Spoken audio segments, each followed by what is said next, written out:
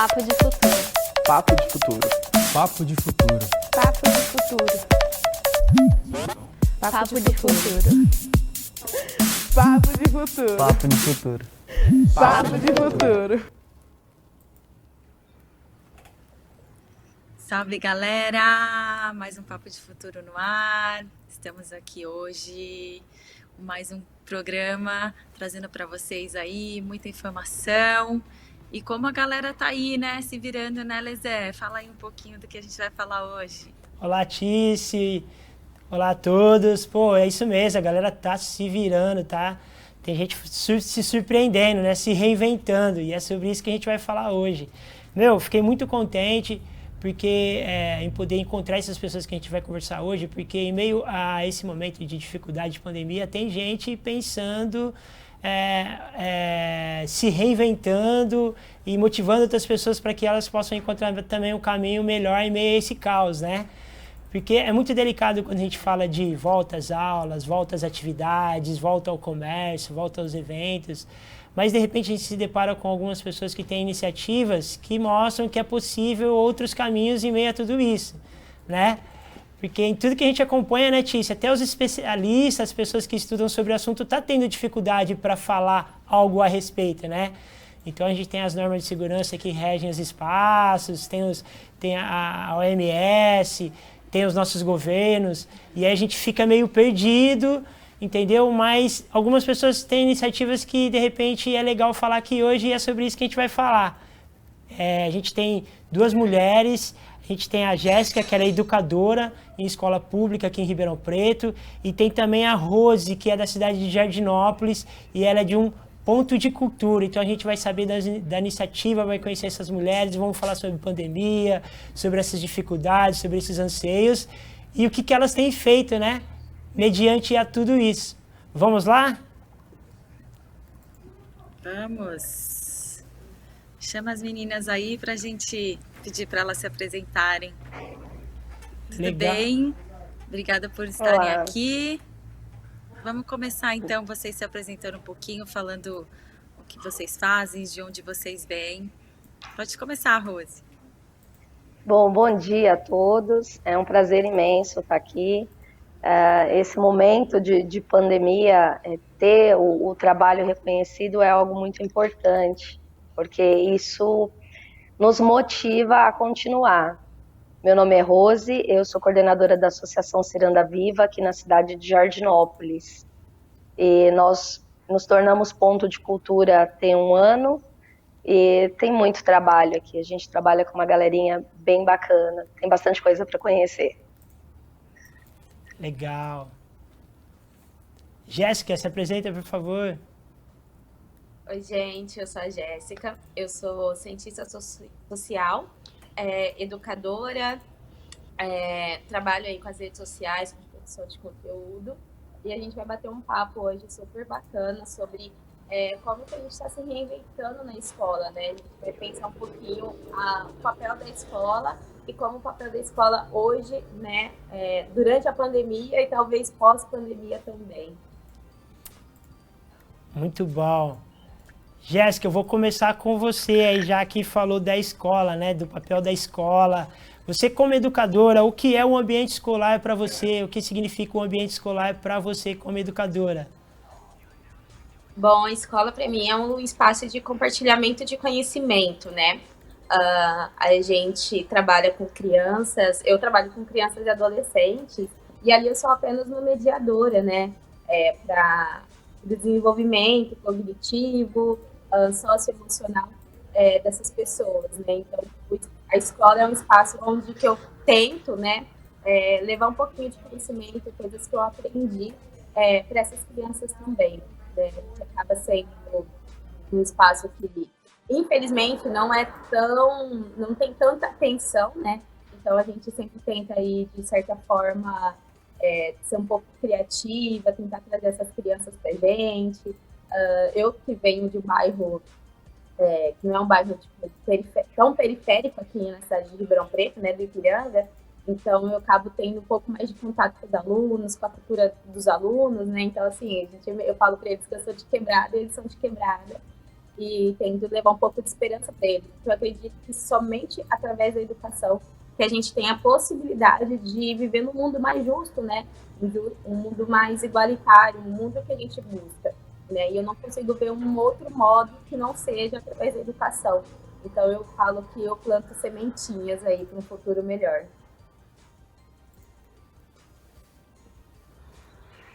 Muito legal, muito legal.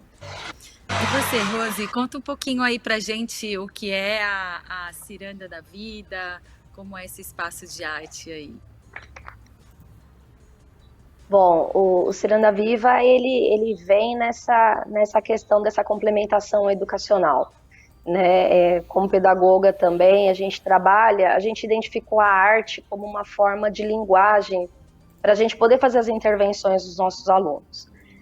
Boa parte, todos os nossos alunos, eles são de escola pública e muitos deles têm dificuldade de aprendizado.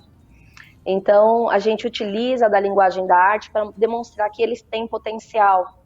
Porque a criança, quando ela tem qualquer tipo de dificuldade escolar, ele não se sente inserido no grupo, ele já se sente desmotivado. E muitas vezes a escola, através do cumprimento dos conteúdos, de como que a escola está organizada, acaba que esses alunos não têm aquela atenção devida. Então, o Ciranda, ele entra dando esse suporte, dando esse apoio, trabalhando no âmago dessas crianças, mostrando para eles que eles têm potencial. E aí, através das artes, do circo, da música, das atividades culturais, eles vão se identificando, eles vão vendo que eles têm potencial, eles vão desenvolvendo. E aí, com isso, eles passam a acreditar e começam a melhorar na escola também. Então, o nosso trabalho é utilizar a arte como meio interventivo, mas o nosso objetivo é que eles se identifiquem aí como crianças fazedores, fazedores do próprio futuro. Então, que eles possam acreditar que eles têm esse potencial e que eles consigam traçar aí um futuro super bacana e interessante. Nossa, muito legal, porque, olha só, um rolê complementa o outro, né? O ambiente de educação e o ambiente da arte e cultura, eles se ajudam, né? E aí, Tícia, olha só que legal, eu vou fazer agora uma intervenção com a Jéssica. Jéssica, você falou algo que também a Rose também disse, esse lance de pegar a estima do jovem, de pegar valores dos jovens, pegar um potencial dele e trazer para o lado da educação. Me diga, relacionado ao espaço da escola pública, como que é esse desafio? Tá ligado? É só você entrar e dar aula, tá tudo certo? Ou você tem que ter realmente esse lance de se inserir, tá próximo à juventude, você tem que conversar mais com ele, você tem que ter uma ligação? Ou é só você ir lá e deixar seu conteúdo que eles vão aprender? Como funciona isso?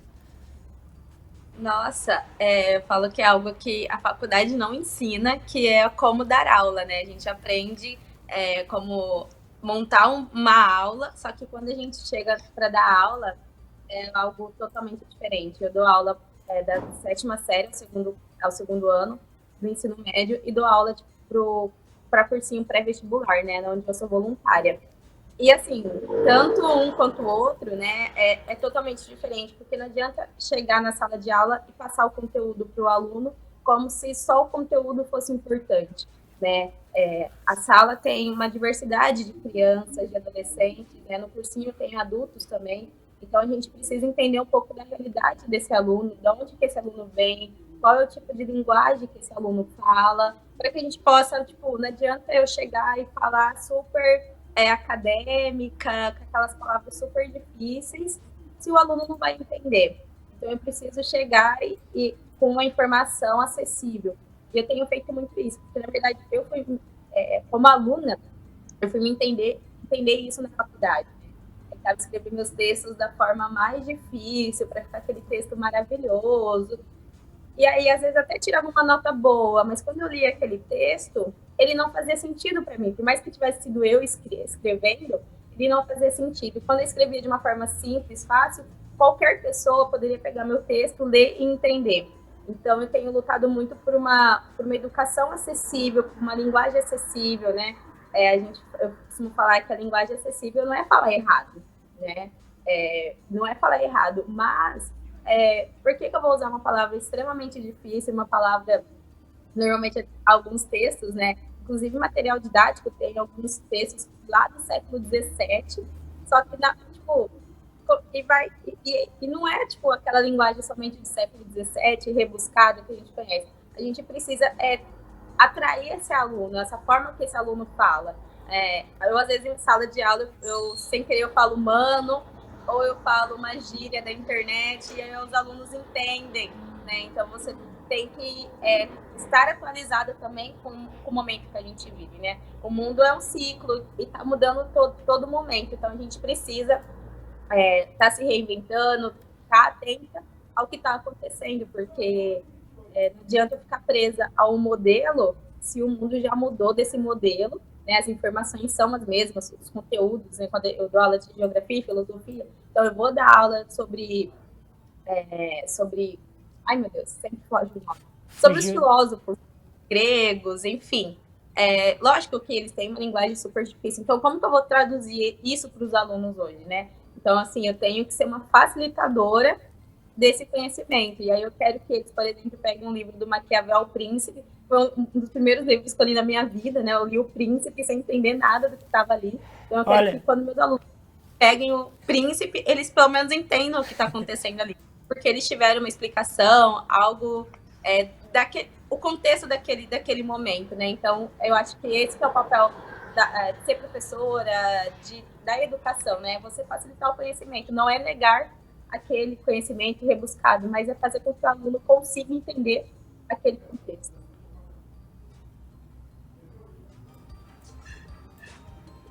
É isso mesmo, é isso aí. E é isso, né? Eu acho que esse novo momento trouxe pra gente o reinventar, mas você vem fazendo isso desde sempre na sua vida, né? Porque você lida com um público que realmente você precisa se reinventar para fazer chegar a eles esse entendimento, e é muito legal, é muito nobre da sua parte ter esse cuidado com você, principalmente, né? Eu acho que isso é o cuidado com você, que é o que você quer passar para os outros, é o que você quer passar para o mundo, né? Então, isso é muito legal e muito interessante. E também queria falar um pouquinho com a Rose, porque eu acredito muito na educação através da arte, porque eu tenho uma avó que é artista e sempre eu lembro, assim, nas minhas férias, que ela colocava a gente para fazer vários desenhos, várias coisas de arte e, como fala, reciclava coisas para a gente fazer, enfim, acredito muito que isso trouxe muitas outras habilidades para a gente. E eu queria que você contasse um pouquinho mais aí da Ciranda, para vocês que ficam em Jardinópolis, né? E qual idade vocês atendem, onde vocês estão inseridos, se é em um bairro, se são em vários bairros. Conta um pouquinho para a gente mais sobre vocês. Para chegar até o Ciranda, eu tenho que voltar um pouquinho, né? Quando eu terminei a pedagogia, eu estava nesse dilema que a colega colocou aqui, né? A gente não aprende na faculdade. Eu cheguei lá no final da faculdade e falei, meu pai, o que eu vou fazer com isso, né? O que vai servir isso? Porque eu não me encaixo em nada. E até o meu TCC foi falar, pedagogos, quem somos? Para justamente identificar um ponto de atuação, como que eu poderia trabalhar, porque eu não conseguia me identificar dentro daquele programa ou daquela forma que foi me apresentado. E ser educadora social, eu acho que fez toda a diferença. Você trabalhar conhecendo a essência, você precisar conhecer a essência desse aluno, você precisar estar dentro do universo dele, e não existe forma melhor de você fazer isso através da arte, né? Criança nenhuma resiste a um lápis de cor. Então, sempre esse instrumento, ele vai ser uma forma que você vai conseguir iniciar qualquer tipo de trabalho. E aqui no Ciranda a gente vê muito isso. Nós recebemos várias crianças quando nos procura, a gente tem muito alfabetos funcionais, ou a gente tem criança com várias dificuldades de aprendizado. Criança chega aqui com 10 anos, porque não consegue escrever, e não sabe fazer, ou isso, aquilo. E aí a gente vai fazer umas brincadeiras bobas, de traçar uma linha, e falar assim, coleguinha, Então anda aqui nessa linha e você vê que a criança não desenvolveu a questão da lateralidade, ela não desenvolveu a questão do equilíbrio corporal.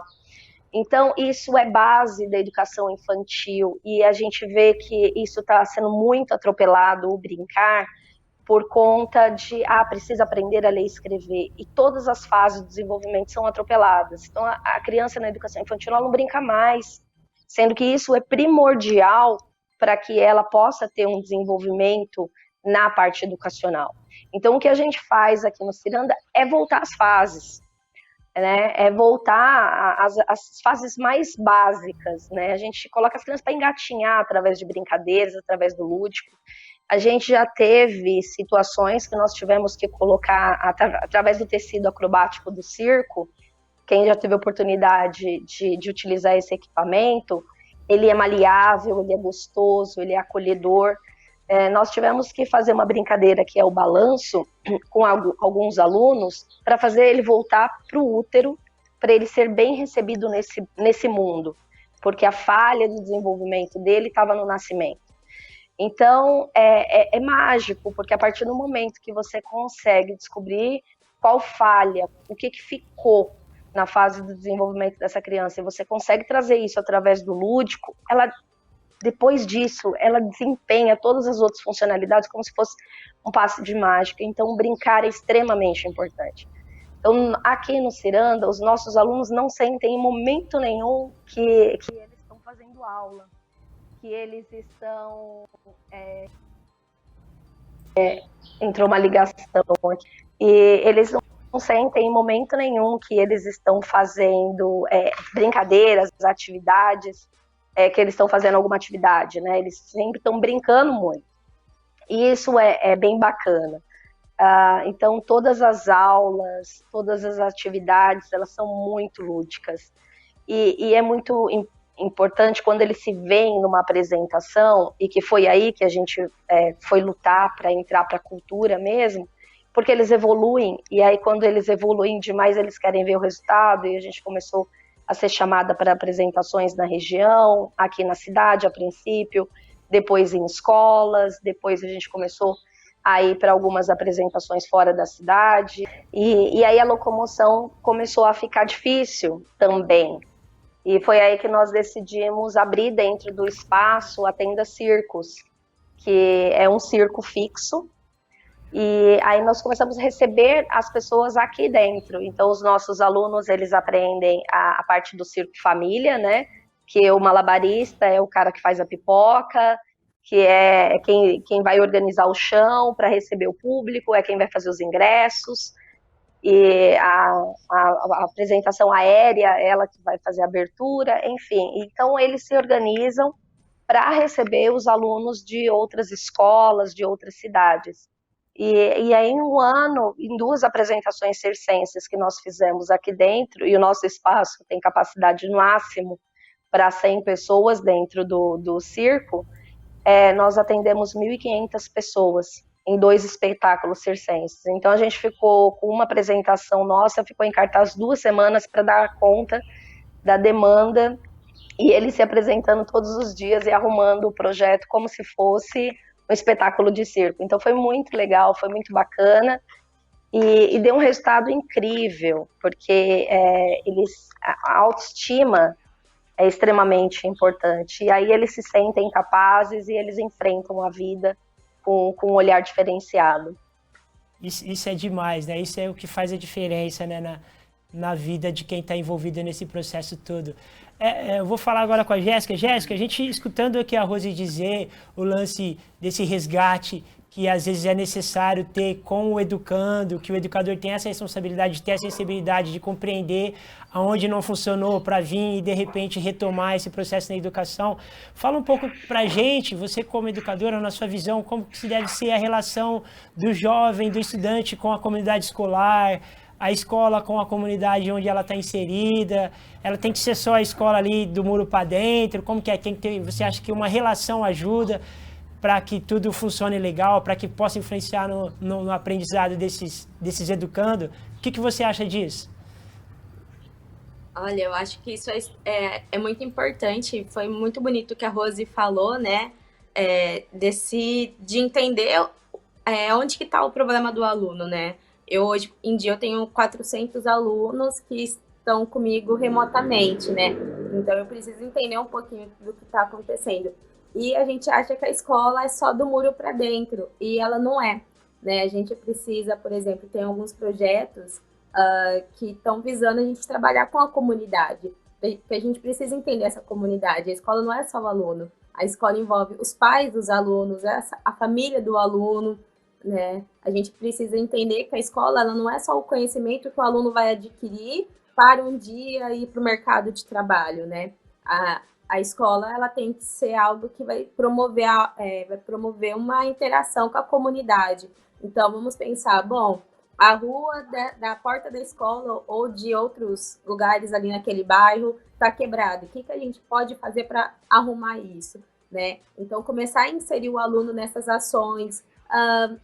Vamos plantar uma horta. A pracinha perto da escola tá com muito mato. O que a gente precisa fazer? Nossa, tal terreno tem muito lixo, será? E aí a gente vai inserindo. Eu, por exemplo, em geografia, eu consigo, então, por exemplo, falar com os alunos sobre o meio ambiente, a importância do meio ambiente, o porquê que jogar lixo na rua é errado, né? Por que às vezes acaba acontecendo quando chove. Aqui em Ribeirão Preto, alguns bairros, eles alagam muito. E muito disso é devido à falta de jogar o lixo no lugar apropriado, né? As pessoas vão jogando lixo em qualquer lugar, não tem um cuidado com isso. Então, se a gente fizer um projeto de conscientizar o bairro, né? E aí, quando a gente fala de conscientizar o bairro, imagina, eu tenho 400 alunos, são 400 pessoas que moram nesse bairro, né? E aí, cada casa, em média, tem 5 pessoas. Então, olha como que a informação dentro da sala de aula, ela vai se multiplicando, né? E aí a gente pode trabalhar, por exemplo, eu dou aula de geopolítica também, então eu acabo trazendo muito sobre cultura, sobre movimentos sociais, sobre questões de direitos humanos. Então, quando eu dou uma aula sobre, por exemplo, o movimento negro, né?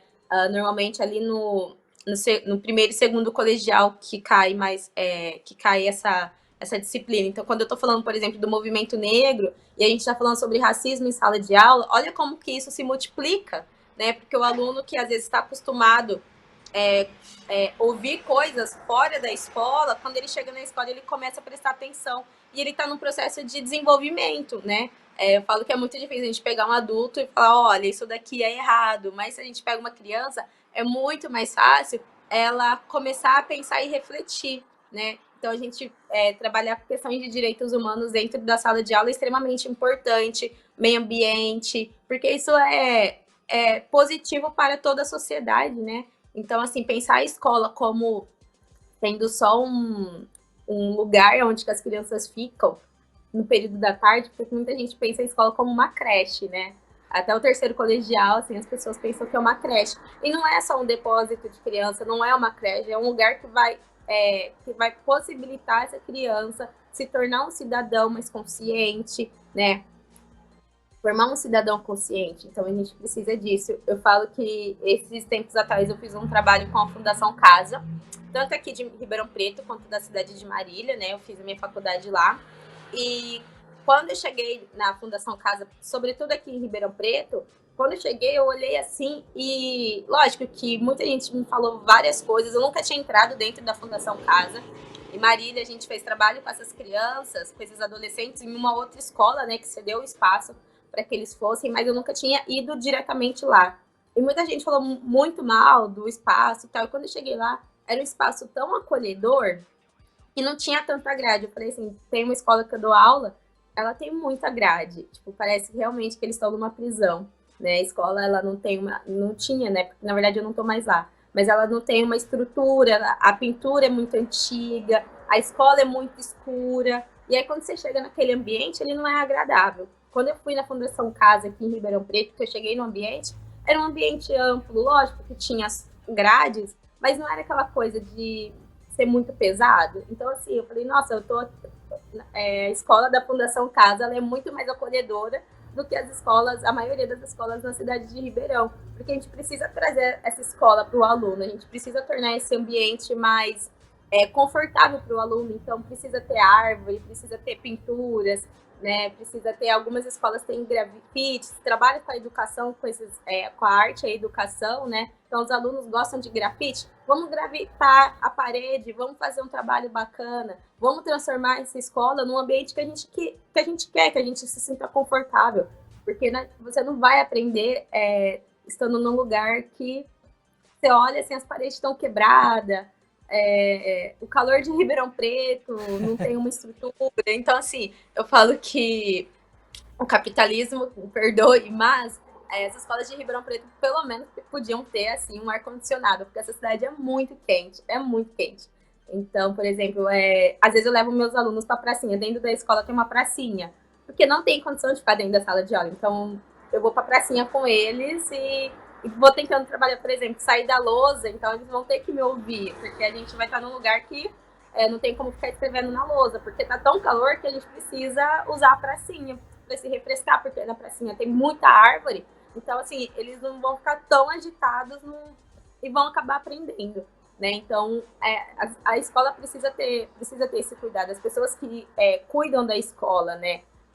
Os gestores da escola precisam ter essa atenção.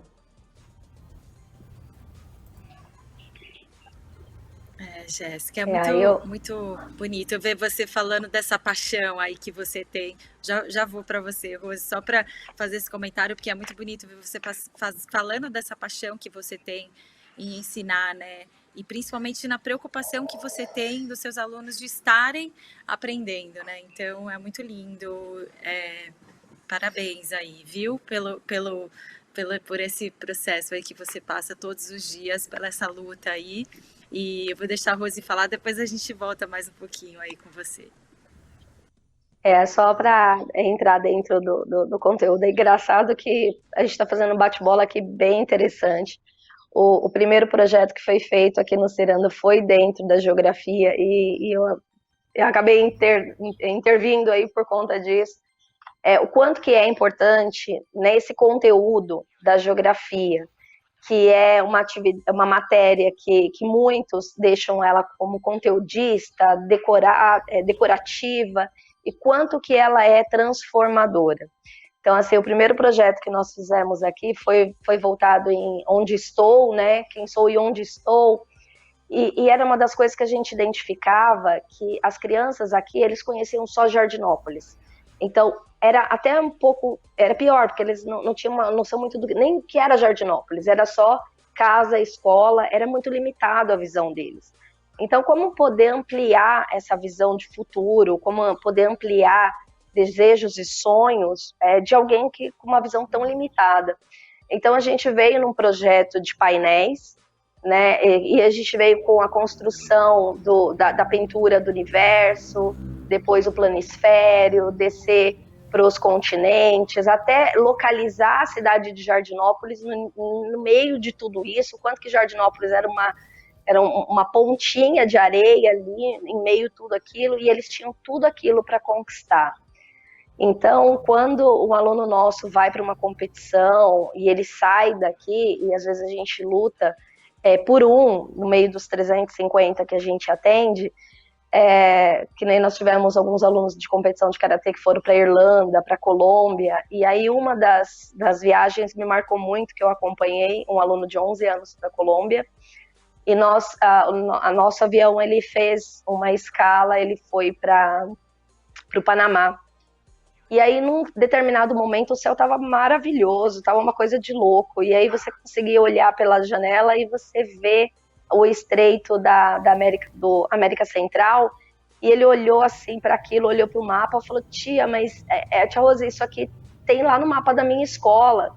Eu falei, e é essa oportunidade de você falar para todos os seus colegas que isso existe de verdade, não é um desenho na parede da escola, né? Então eu falei assim, a tua responsabilidade de levar para os seus amigos que você conseguiu ver esse mapa da forma que ele é de verdade, que ele existe de verdade. Então, quando ele volta para a escola e ele leva isso para os colegas e aquilo passa a ter um peso muito diferente para todos, porque eles começam a olhar aquilo como possibilidades. E isso faz com que eles se dediquem mais. Então, trazer essas aulas mais interativas, trazer esse momento de parque, vamos estudar as pedras, então vamos caçar pedra no parque. O lúdico, gente, precisa fazer parte, ele é parte do processo de educação. Então, quanto mais papel e lousa a gente tiver, e eu acho que isso a pandemia mudou, porque os profissionais da educação que acharam que tudo tinha que ser através do giz e lousa e papel, hoje eles estão tendo que abrir mão de tudo isso, porque a gente não tem mais isso. Esse foi a grande lição da pandemia, a gente se reinventar, porque a educação ela precisa de muito mais. Então, a criatividade, a arte, ela precisa estar dentro de todas as disciplinas. Isso seria uma forma muito mais gostosa de aprender e as crianças aprenderiam de uma maneira muito mais rápida, muito mais simples. Né? Porque a gente complica as coisas. O olhar de uma criança sobre os assuntos é muito mais gostoso da gente ver. Verdade, Rose. Confesso que eu fico feliz assim de ter conhecido, de ter ao menos conhecido o seu projeto. E na sua fala você diz assim desse lance da criança entender onde ela está, o lugar onde ela está, o que está à sua volta e as possibilidades que existem, né? Eu acho que o Ciranda da Vida faz jus ao nome aí, hein? Sabe o que eu achei mais interessante, pessoal, para todo mundo que está com a gente? A Tícia está em Salvador, nós estamos em Ribeirão, você está em Jardinópolis.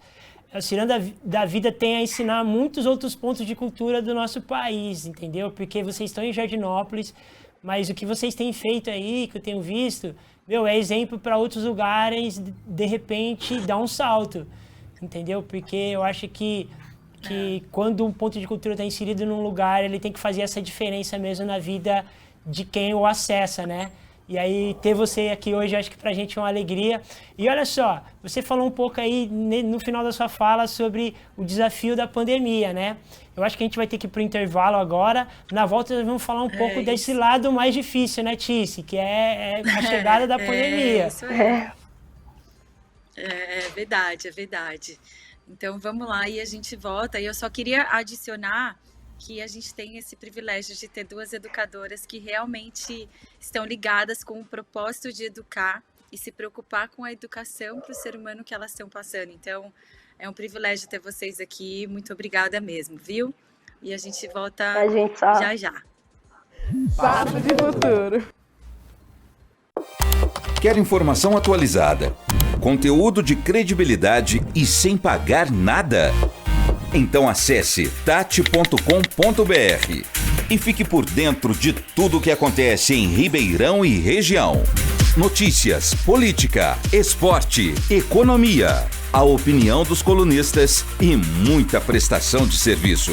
É a notícia em primeira mão, para você conferir quando quiser, a qualquer hora no seu dia a dia e onde estiver. Tudo ao alcance de um clique. tati.com.br. Papo de Futuro. Beleza, estamos de volta falando sobre educação, cultura em momentos de pandemia. Muito legal esse assunto, né, Tice? Muito, muito legal. E a gente está aqui com duas educadoras apaixonadas pelo que fazem. E tá sendo muito legal esse bate-papo. Então fica aí para conferir o que vem aí pela frente, que a gente vai falar agora sobre esse novo momento, né? Novo momento, pandemia e educação, quais os desafios que essa galera tem enfrentado. Mas vamos lá então, eu acho que eu vou chamar a Rose, porque uma das coisas mais legais assim, que eu escutei na sua história foi o seu depoimento do início da pandemia, o que aconteceu com vocês. Pode contar pra gente, compartilhar qual foi a experiência do espaço de vocês? Bom, nós temos algumas parcerias públicas na área de assistência social e eu acho que a pandemia ela foi algo para todo mundo, ninguém sabia muito o que fazer quando surgiu, a gente só recebeu aquela ordem, determinação através dos decretos que não poderia mais ter nenhuma atividade coletiva. E a gente está assim desde o final de março, né, sem poder receber os alunos aqui. Então a gente tem uma estrutura, o prédio ele é pequeno, ele comporta um número de alunos, e aí a gente não podia receber mais ninguém. E aí toda aquela incerteza, o poder público não sabia muito como direcionar essa atividade, porque estava em dúvida com todo mundo, nós nos reunimos, nós sentamos, tinha muita questão do Tribunal de Contas, se a ordem inicial era, dentro das parcerias, se você não entregar o produto, e o produto era o atendimento dos alunos, dos usuários, você não entregando esse serviço, as parcerias não seriam mantidas. Então, a incerteza bateu forte, né? Como que a gente ia fazer, o que ia acontecer, e a gente estava num processo, a nossa casa é alugada, então era muita incerteza. Então, realmente a gente tinha aí um risco de ter que devolver o prédio, e uma vez que devolver o prédio e desmontasse a estrutura, dificilmente a gente conseguiria retomar as atividades.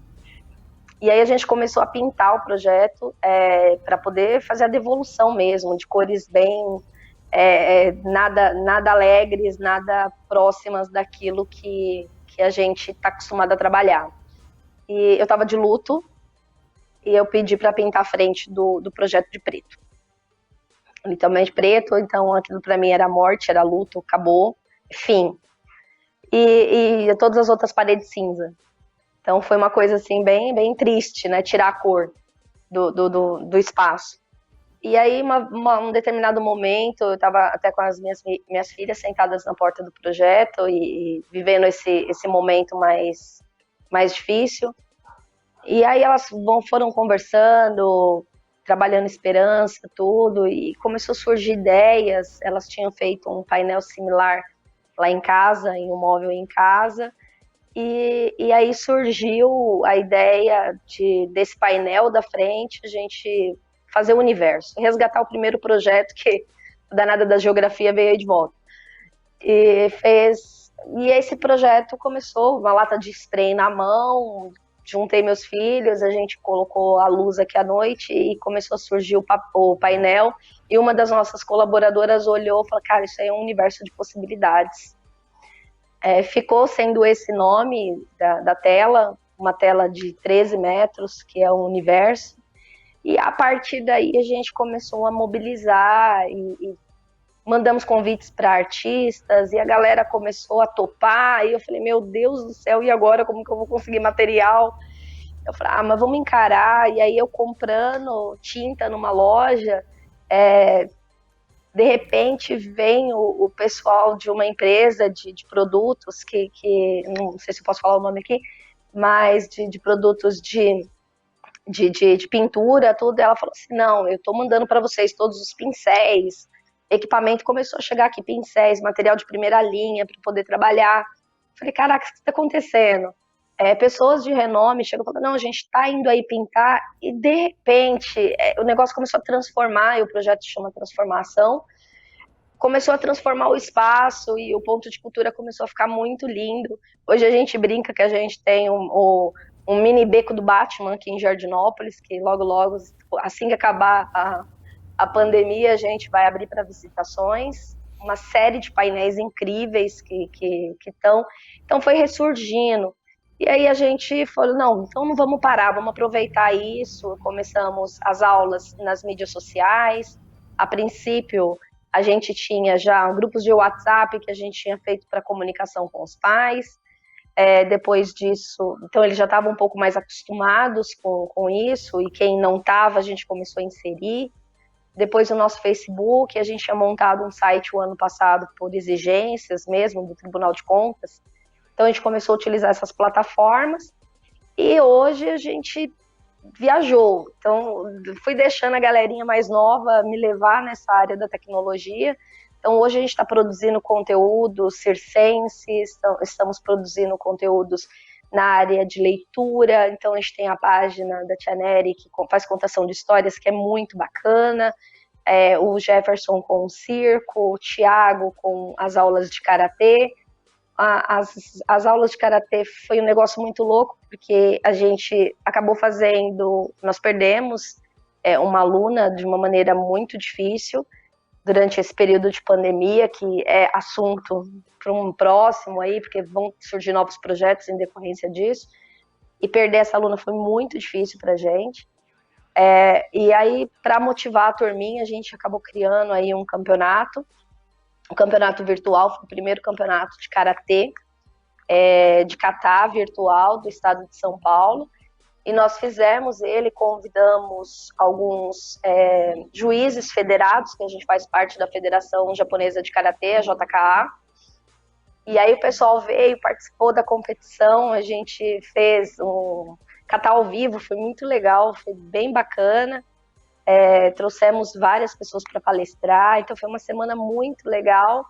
E hoje esse campeonato ele está sendo usado como referência para que outras academias, outras instituições, todo o grupo da JK São Paulo possa fazer esse campeonato interno, porque vai existir o campeonato paulista. Então vai ter a final paulista da JKA inspirada nesse campeonato que a gente começou aqui. Então, para a gente foi assim, motivo de muito orgulho isso acontecer. E que é legal que não só mais os nossos alunos, eu falo que a família Ciranda aumentou muito. Eu tenho 120 alunos do atendimento diário. Hoje a gente fez uma pesquisa que está até no nosso site, a média de irmãos que estão acompanhando as nossas aulas são a média de 3 a 4 por família. Então já multiplica esse número por 3, 4. Só no grupo de WhatsApp e nas aulas que a gente está fazendo pelas aulas virtuais. E depois, lançando nas redes, nas mídias sociais, a gente abriu para qualquer pessoa que quiser ver o nosso conteúdo. Então, já teve lives musicais, já tem as aulas, e o volume de visualizações tem aumentado bastante. Isso tem sido bastante significativo, porque a nossa missão é falar, cara, a arte, o brincar, ele é necessário para o desenvolvimento. Então, vamos brincar. E a pandemia serviu muito para isso. A gente saiu dos muros. A gente sempre brigou por um espaço maior. E a pandemia nos mostrou que a gente não precisa de um espaço maior. A gente pode alcançar o mundo daqui se a gente quiser, da nossa casinha, do nosso cantinho. E é nisso que a gente acredita e é nisso que a gente vai investir daqui para frente. Eu acho que todo esse aprendizado da pandemia, ele não vai mudar depois que a gente puder. A gente está morrendo de saudade de abraçar, de estar junto com nossos alunos. Mas a gente vai ampliar para as redes sociais e esse trabalho não vai parar. Muito show, é isso mesmo. Acho que a pandemia nos acelerou num processo que já vinha sendo, né? Que sempre veio, mas que a gente ainda tinha algum receio, que é da utilização da parte boa da internet, dessas mídias e dessas plataformas aí que existem, né? Porque existem controvérsias também de que não seja tão bom, de vício e tudo isso, mas eu acho que trouxe essa parte boa aí da internet, que é a gente alcançar o mundo inserido de onde nós estamos, isso, né? Então, muito legal. E você, Jéssica, conta um pouquinho aí da sua experiência. Certo. Foi um choque, né?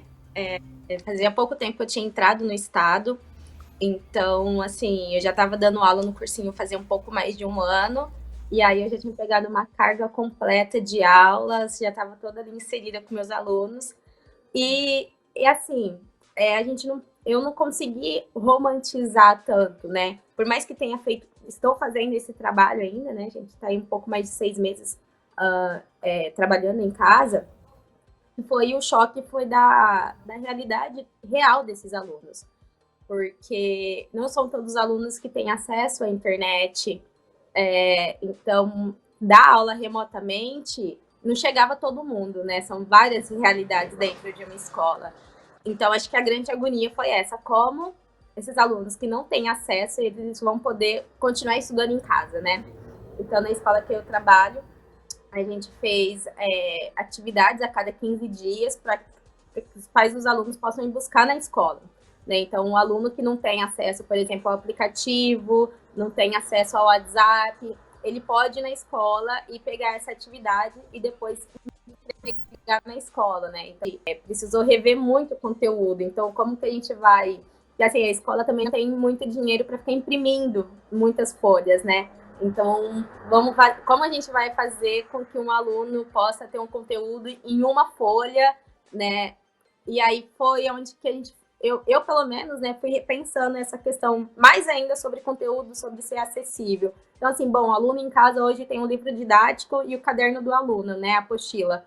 Então, como que eu vou conseguir fazer com que ele estude, né? Eu percebo que eles têm muita dificuldade em escrever, interpretar texto. Então, assim, dentro da geografia eu fui colocando assim para eles, escreva com as suas palavras, fui pedindo para eles escreverem, né? Então eu falo que pelo menos esses alunos eles podem estar perdendo o fato de estar em casa, tá perdendo muito conteúdo, né? E essa interação da escola que não tem outra coisa, não tem como pensar numa escola somente virtual, né? Eles estão perdendo isso, mas pelo menos eles estão escrevendo, porque eu coloco esses alunos para escrever, não coloco limite de linhas. Às vezes eu recebo 2, 3 folhas deles escrevendo, então assim, pelo menos eles estão preparados para o vestibular. E os meus alunos do cursinho, foi surpreendente, porque desde março, quando começou, eu sou uma aspirante a youtuber, né? Tipo, eu falo que eu sou hoje uma professora meio blogueira.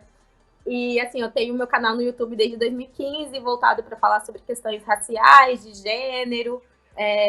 Mas, assim, é um projeto que o fato de eu ter trabalhado, estudado, e tem que editar, é muito difícil fazer tudo sozinha, né? Porque eu edito, eu gravo, faço o roteiro, divulgo, né? Então, vira e mexe, eu parava. Logo que começou a pandemia, eu falei, vou gravar umas videoaulas, vou jogar lá no meu canal. E aí, foi uma saída nos primeiros meses, aí depois foi ficando um pouco mais difícil subir essas aulas, editar essas aulas, né? E aí eu fui trabalhando com os alunos do cursinho, fiz algumas lives no Instagram, né? Então, segunda-feira era dia de aula de geografia no Instagram, e aí eu fui vendo que eu precisava, só a live, eu subir aula no YouTube, era diferente, porque uma coisa é eu fazer uma resenha de um livro, resenha de um filme, falar sobre um tema, e outra coisa é você dar aula dessa forma. Então, foi muito chocante, porque, pra mim, eu, Jéssica, já estava acostumada, sei lá, ligar a câmera e falar com as pessoas. Mas essa aula, essa forma de dar aula, ela foi muito diferente, porque, por exemplo, tem aluno que não abre a câmera, não é porque ele não quer abrir a câmera, ele não abre a câmera porque se ele abrir a câmera, o sinal cai, né? Então, na maioria das vezes, eles ficam com a câmera fechada, com o microfone fechado, só para poder conseguir, pelo menos, ouvir as aulas, né? Então, assim, eu tive problema de internet, enfim, todos aqueles probleminhas que a gente conhece, né? Então, a internet cai, volta, aí um aluno fala, professora, tá travando, e aí você não sabe onde que você parou, e aí durante as aulas eles não perguntam, aí depois vem 1000 perguntas. Na escola que eu trabalho, a gente tem trabalhado muito com o WhatsApp. Então, até conversei hoje com o Lester, né? Eu falei, no começo eu estava atendendo aluno das 9 horas da manhã até 10 horas da noite, sábado, domingo, feriado. Era um ritmo frenético, porque a gente encaminha as atividades para os alunos, né? De forma, pelo WhatsApp mesmo, ou pelo Google Classroom. Mas tem os alunos também que pegam na escola e às vezes eles conseguem algum acesso, né? Então a maioria dos alunos usam os celulares dos pais, ou os pais estão trabalhando durante o dia, né? Porque a realidade, né? Todo mundo pôde trabalhar de casa durante a pandemia, né? Um exemplo aqui na minha casa, tipo, eu sou a única que consegui trabalhar em casa, porque meu pai e minha mãe precisaram sair para fora para trabalhar, né? Não dava para parar um salário só, ainda mais de professor, né? No Brasil, não daria para sustentar a família. E muitos pais chegam, tipo, 6, 7 horas da noite em casa, e aí esse aluno vai poder pegar o celular do pai para poder ver a atividade, para vir tirar uma dúvida, né? Então, no começo, eu precisei começar a estabelecer limites, porque eu estava trabalhando, assim, muito mais, né, do que eu deveria estar trabalhando. Normalmente, eu trabalho 8 horas por dia, eu estava trabalhando quase 24 horas por dia, né? Passava o dia inteiro no celular, porque por mais que no ensino médio e fundamental eu não estava dando aula por vídeo, né? Algumas aulas eu conseguia mandar para eles, embora eu tinha feito aula pro cursinho, mas alguns temas eu conseguia passar para os meus alunos para eles verem vídeo, para ficar mais fácil. Mas mesmo assim eles querem a dúvida. Eu falo que a sala de aula ela veio para o WhatsApp assim, de uma forma muito parecida, porque você manda um áudio para o aluno explicando, ele fala, professor, eu não entendi. Aí você manda outro áudio. Na sala de aula, às vezes você tá lá, você acaba de explicar e o aluno, professor, eu não entendi, né? Ali, mesmo mandando o áudio, ele continua fazendo aquelas mesmas perguntas. E tem a questão do afeto também, né? Porque eles estão em casa. Eu falo que criança tem muita energia. Se a gente, adulto, ficando em casa, tava com aquelas energias, no, sei lá, tinha gente que saía rodando em volta da casa, correndo, fazendo exercício. Imagina a criança que tem muita energia. Então, às vezes eles não queriam só saber do conteúdo, eles queriam um pouco de atenção, né? Em algumas casas, infelizmente, a gente viu aí os níveis, os dados sobre violência doméstica, que aumentou muito. Então, não eram só as mulheres que estavam apanhando, as crianças também. Então, assim, a gente tem uma realidade muito cruel no Brasil. Então, muitas crianças estavam sofrendo violência psicológica, física, e às vezes elas queriam conversar e estava faltando afeto. Então, imagina uma casa onde o pai e a mãe ficou desempregados no meio de uma pandemia, sabe? E aí, tipo, uma semana tem internet, outra semana não. A internet é comida. Então, às vezes, o aluno só queria conversar. Então, acho que essa pandemia, para alguns professores, aproximou muito mais os alunos nesse sentido. Tive alunas que, tipo, só conseguia conversar comigo quando estava, tipo, em ansiedade, né? 1h da manhã, professora, conversa comigo, por favor, tipo, né? Começo da pandemia, eu estava com insônia, eu ia dormir 3, 4 horas da manhã. Como que você não faz esse trabalho, né? Então, não tô romantizando a pandemia, assim, de certa forma ela faz a gente se reinventar. Aparecem coisas que a gente não imagina, né? Que nem eu decidi voltar com o meu YouTube, com um projeto, tipo, baseado na educação. Hoje eu não vou só falar sobre questões raciais, vou falar um pouco mais de educação. Mas, por um outro lado, ela também vem mostrar como que a gente tem uma falha na estrutura, né? Então, por que essas crianças, por que tem essas questões, essas desigualdades, né? Os pais ficando desempregados, essa preocupação, né? Ou morre de fome, ou morre de corona, né? Então, veio para fazer a gente repensar essas coisas também. E o papel da escola nesse meio, porque essas crianças que estão sofrendo, elas vão recorrer aos professores, né? Então, alguns professores da minha escola, a gente levantou dinheiro para comprar, para fazer cesta básica, para levar para algumas crianças que vinham realmente pedir socorro. Professora, não tenho o que comer em casa. Vamos levantar dinheiro e vamos levar para a escola.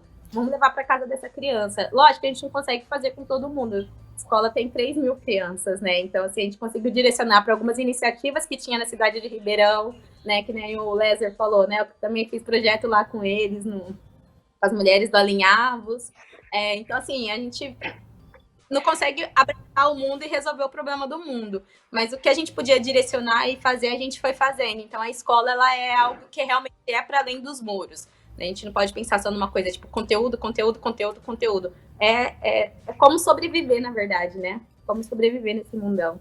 Nossa, eu escutando aqui o seu relato, né? E pensando nesse lance da diferença em pouco espaço que a gente tem. A gente está numa cidade, Ribeirão é uma cidade grande, mas ela é muito diferente, a diferença social ela é gritante.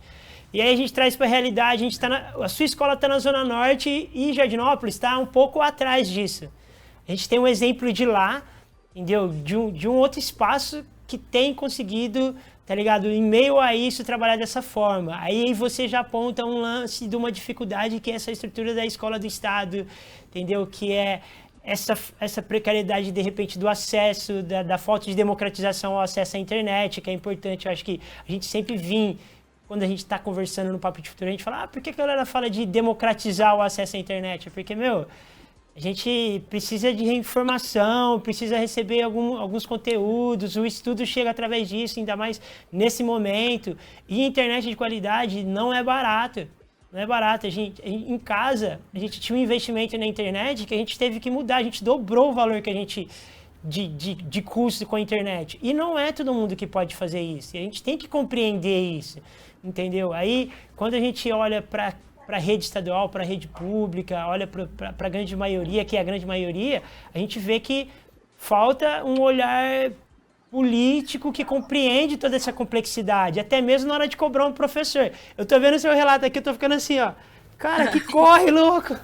É muita responsabilidade. Então, é até legal usar esse espaço para e, tipo, parabenizar os professores que estão nesse desafio, encarando ele de verdade. Que não foi para casa e tá com o conteúdo ali e fazendo o que dá.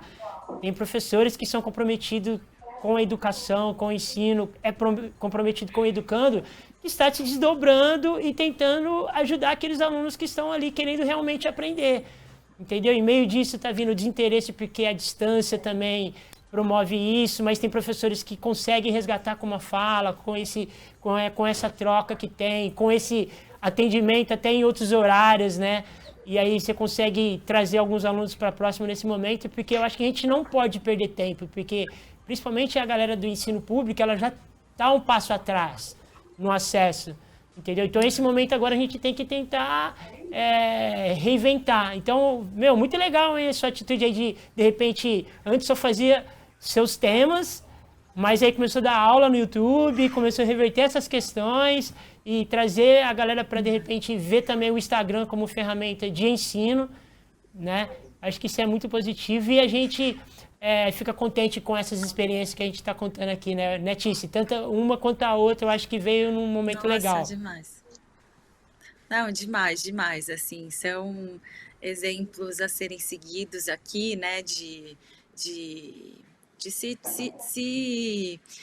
o comprometimento com o que se faz, o comprometimento com o seu propósito de ensinar e educar e ter consciência da sua responsabilidade, né, com aqueles alunos.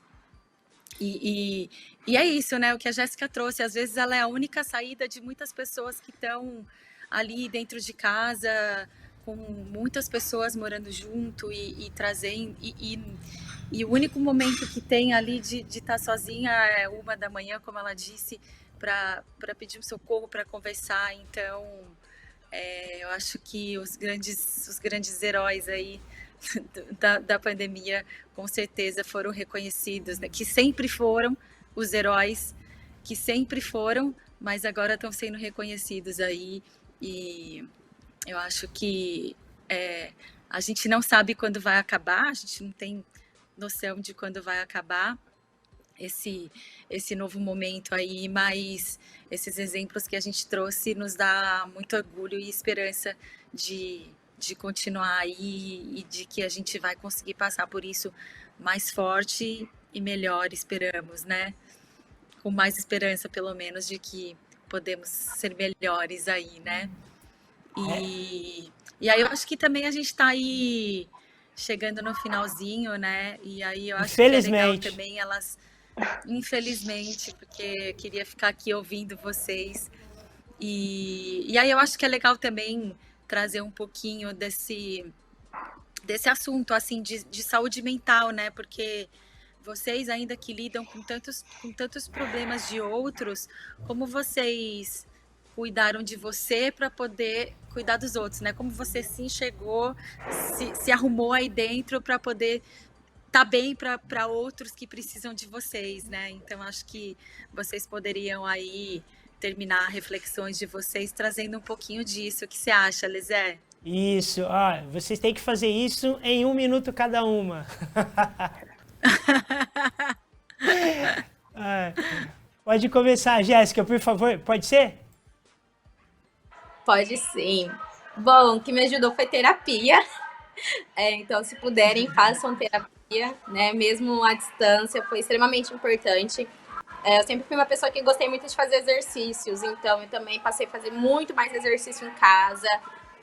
Eu gosto de tomar chá, então chá também, chá de camomila e melissa para acalmar, fazer meditação. Mas não é todo dia que meditação, tomar chá e fazer exercício. Então, alguns momentos eu queria ficar assistindo filme e série e tava tudo bem, porque nós também somos seres humanos, né? E aí, por exemplo, eu acabei tendo Covid também nesse período, mesmo em isolamento. Como eu falei, meu pai e minha mãe precisaram sair de casa, né? Então, eu e meu pai tivemos Covid. Então, depois disso, mudou muito mais coisa dentro de mim, assim, sabe? Se tem um dia que eu quero, sei lá, mesmo com Covid, eu continuei atendendo meus alunos, sabe? Tipo, de cima da cama, só com o celular na mão, porque não tinha outra saída. Então, assim, a terapia me ajudou muito nesse sentido, assim, acho que poder conversar, até minha terapeuta falou, Jéssica, você tinha que ter parado, né, e aí você não parou, E hoje eu não sei, assim, eu fico até emocionada de falar, porque é um rolê muito maluco, assim, a pandemia, né? Por um lado, tanta gente morrendo, gente próxima morrendo, a gente com medo de morrer, mas a gente tem que continuar nessa luta, nessa correria. Então, acho que isso também me motiva um pouco a continuar fazendo, assim. Minha saúde mental, ela fica meio assim, mas tá indo. Legal.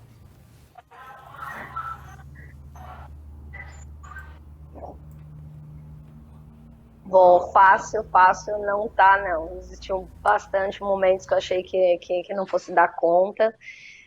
O que me ajudou muito foi um resgate familiar muito importante. Eu e as minhas irmãs, a gente era muito distante e a gente passou a se encontrar virtualmente, regradamente, 9 horas da noite, todos os dias, e esse bate-papo com elas, resgate da nossa infância, isso foi um processo terapêutico muito importante para mim.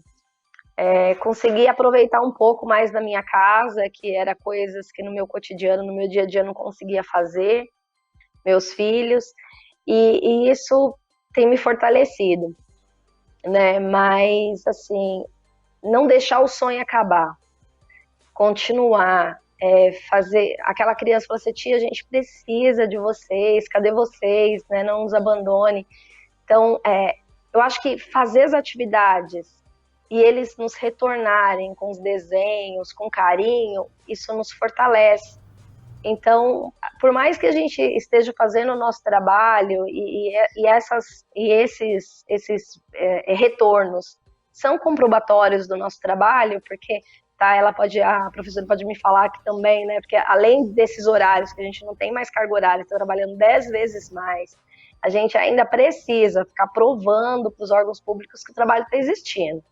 Então, vai existir o diário eletrônico, então as fotos das famílias, muitas vezes aquela internetzinha reduzida, mal tem para eles mandarem as fotos, ou quando a gente faz os projetos da Cesta Verde, que é um dos projetos que a gente faz aqui para poder levar uma alimentação saudável para casa, e as mães mandam aqueles pratos maravilhosos, Fernanda, delas estarem fazendo receitas, fazendo as coisas, e elas mandarem para a gente, cara, é incrível, e isso fortalece. Então, o retorno dos alunos tem sido extremamente motivacional para a gente não desistir. Então, eles têm sido a minha saúde mental estabelecida. E é isso, e a gente volta na próxima semana. Tchau, tchau, obrigado. Tchau, até mais. Papo de futuro. Papo de futuro. Papo de futuro. Papo de futuro. Papo de futuro. Papo de futuro. Papo de futuro. Papo de futuro.